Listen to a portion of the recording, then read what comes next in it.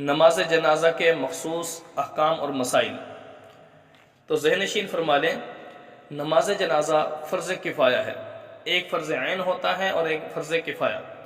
فرض عین سے مراد 5 وقتی نماز ہے، جن کا ادا کرنا ہر مسلمان پر، عاقل بالغ مسلمان مرد پر لازم اور ضروری ہے۔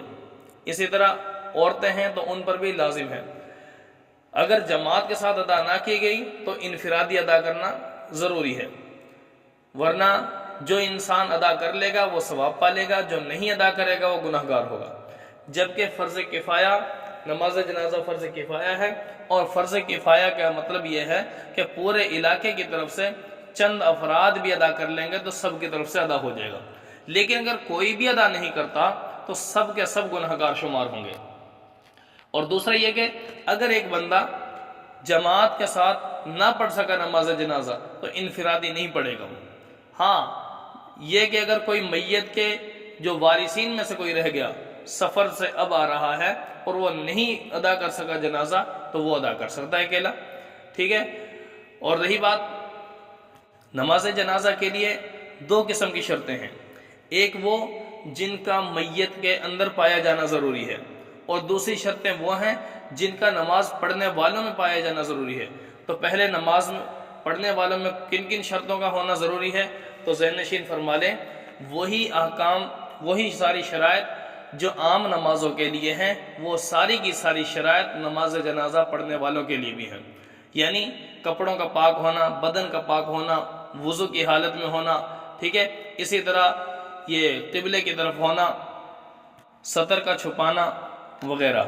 اسی طرح وہ شرطیں جن کا میت میں پایا جانا ضروری ہے، ان میں سے چند شرطیں میں ذکر کیے دیتا ہوں۔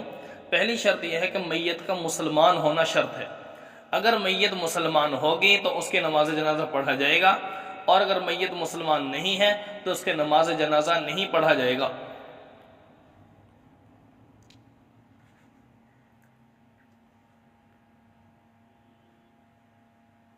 غیر مسلم کا جنازہ پڑھ لیا گیا کبھی تو اس کے لیے متعلقہ مفتیان کرام قریبی دارالفتاء کے پاس، وہاں پر آپ جائیں اور اپنے مسائل کا حل وہاں سے لیں۔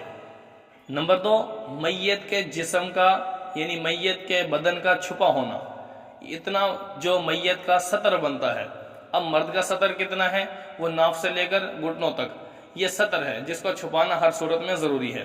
عام طور پہ یہ صورتیں پیش نہیں آتی کیونکہ ہر طرح کی سہولیات الحمدللہ آج کل ہمارے معاشرے میں موجود ہیں، تو لہٰذا سطر کا چھپا ہونا یہ بھی ضروری ہے۔ اسی طرح ایک شرط اہم یہ ہے کہ میت کا نماز پڑھنے والوں کے سامنے موجود ہونا۔ اگر میت ان کے سامنے موجود نہ ہوگی تو نماز جنازہ پڑھنا درست نہ ہوگا۔ اب نماز جنازہ کے اندر 2 چیزیں فرض ہیں۔ نمبر 1، 4 تکبیریں زبان سے ہر نمازی ادا کرے گا۔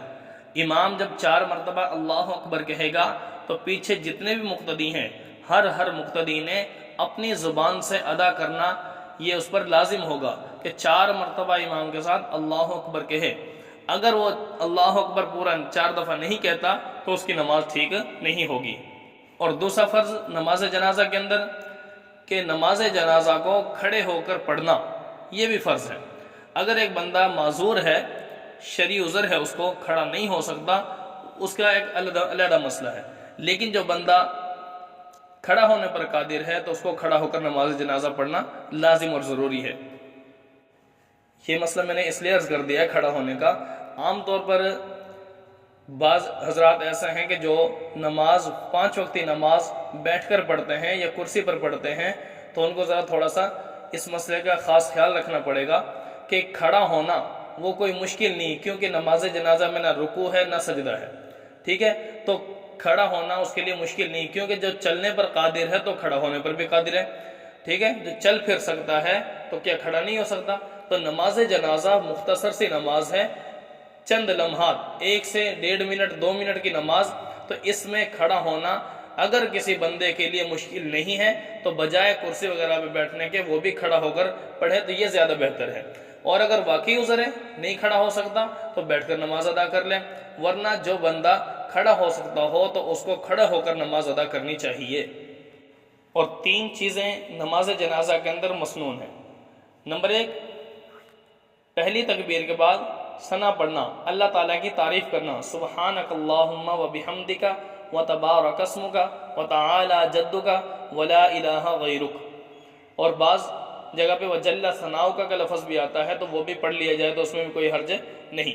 اور دوسری تکبیر کے بعد درود شریف، زیادہ افضل درود ابراہیمی ہے، اس کے علاوہ آپ جو مرضی درود پڑھنا چاہیں وہ آپ پڑھ سکتے ہیں، اور ایک درود شریف کے علاوہ 2، 3، 4 جتنے بھی آپ کو درود شریف آتے ہوں آپ پڑھ سکتے ہیں، پڑھنے میں کوئی حرج نہیں۔